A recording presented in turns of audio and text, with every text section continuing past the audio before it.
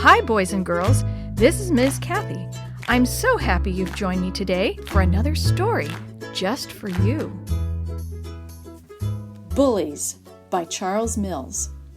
Hey, stupid, come here! The words blared from a boy I figured to be at least 2 years older than I was. I said, come here, he repeated.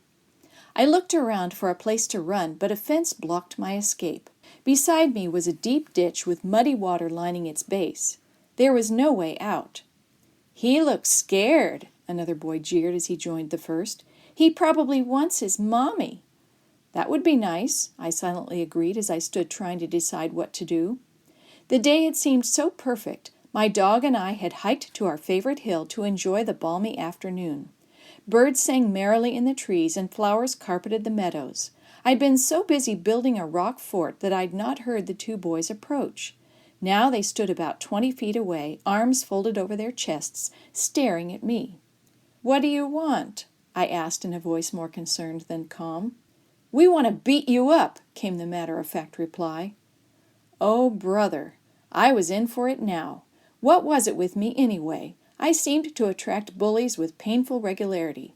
Maybe it was my freckles, or maybe my big ears made me an easy mark for every overactive thyroid gland in the neighborhood. Whatever the reason, bullies considered me a pleasing alternative to a punching bag. "You'd better leave me alone," I called, stalling for time. "I don't want to have to sick my dog on you." The boy stiffened. "Dog? What dog?" "That one there," I responded, pointing in the direction of my furry companion. "He'll bite your leg off." The dog was standing up on the hillside smelling a flower. He did that a lot. Daisies were his favorite. "That's going to bite my leg off?" the biggest boy questioned with a nervous laugh. "He's just a stupid mutt. I'll bet he can't even bite his own leg." "Just don't make me call him," I warned. "You'll be sorry." "You're bluffing," the boy retorted. "I don't believe you." They started toward me. "Toodles!" I shouted. The boy stopped. "Toodles?" The biggest bully's face registered disbelief. "His name is Toodles? What kind of stupid name is that for a dog?" "He's known as Toodles the Terrible." I furrowed my brow and tried to look menacing. "Sometimes he loses control of himself and, well, you don't want to be around when that happens." "You're crazy," the boy blurted. "Let's see how terrible this dog is." The two advanced toward me again, their eyes on the dog. "Don't say I didn't warn you," I declared, crossing my fingers. "Toodles, attack!" The dog spun around, teeth bared, a deep growl echoing from his throat. My mouth dropped open. Clearly this was a miracle. I could handle that. "Toodles," I repeated, playing along with this surprising turn of events. "Attack! Now!" The dog raced straight at the bullies, who stood frozen in horror. I watched him come. My hero. He was actually going to rescue me. I felt hope. I felt pride. I felt in big trouble. Toodles sped right past the boys and streaked across the meadow. A rabbit broke from its cover and rocketed along in front of the panting dog. They disappeared together over the crest of a small hill.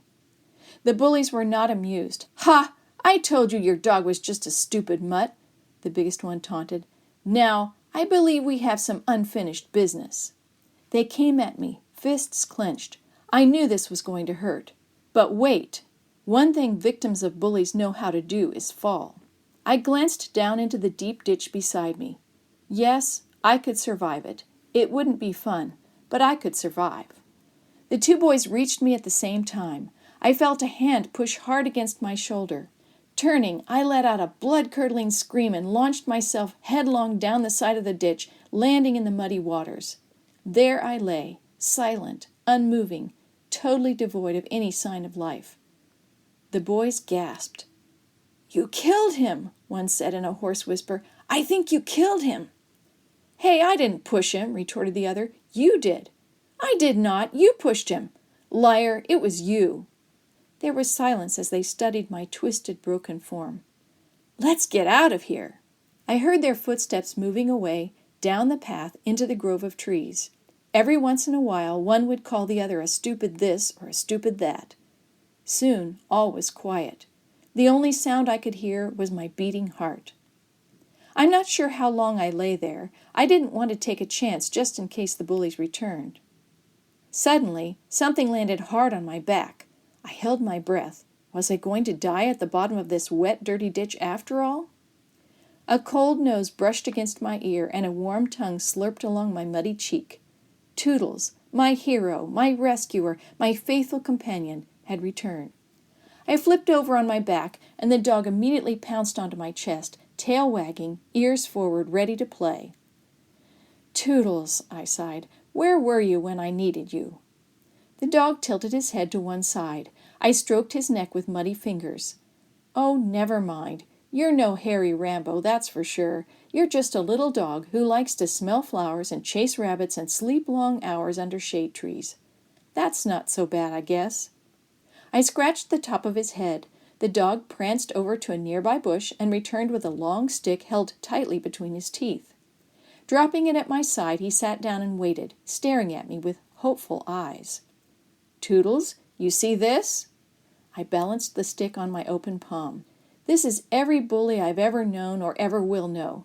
This is guys with ego problems who like to beat up on helpless people with freckles and big ears. With a heave, I tossed the stick out of the ditch. Now, you mighty dog, you brave hero, you vicious mongrel, attack! In an instant, Toodles was over the lip of the ditch, his feet a blur, ears back, teeth bared, racing in the direction the stick had flown. I smiled. A fellow should take into account what a friend is capable of before he asks him to obey a command. One thing I knew for sure, that stick was dead meat.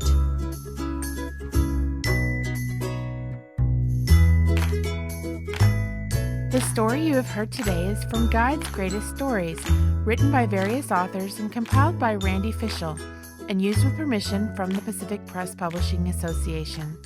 If you're interested in any other books published by the Seventh-day Adventist Church, please visit AdventistBookCenter.com or call 1-800-765-6955.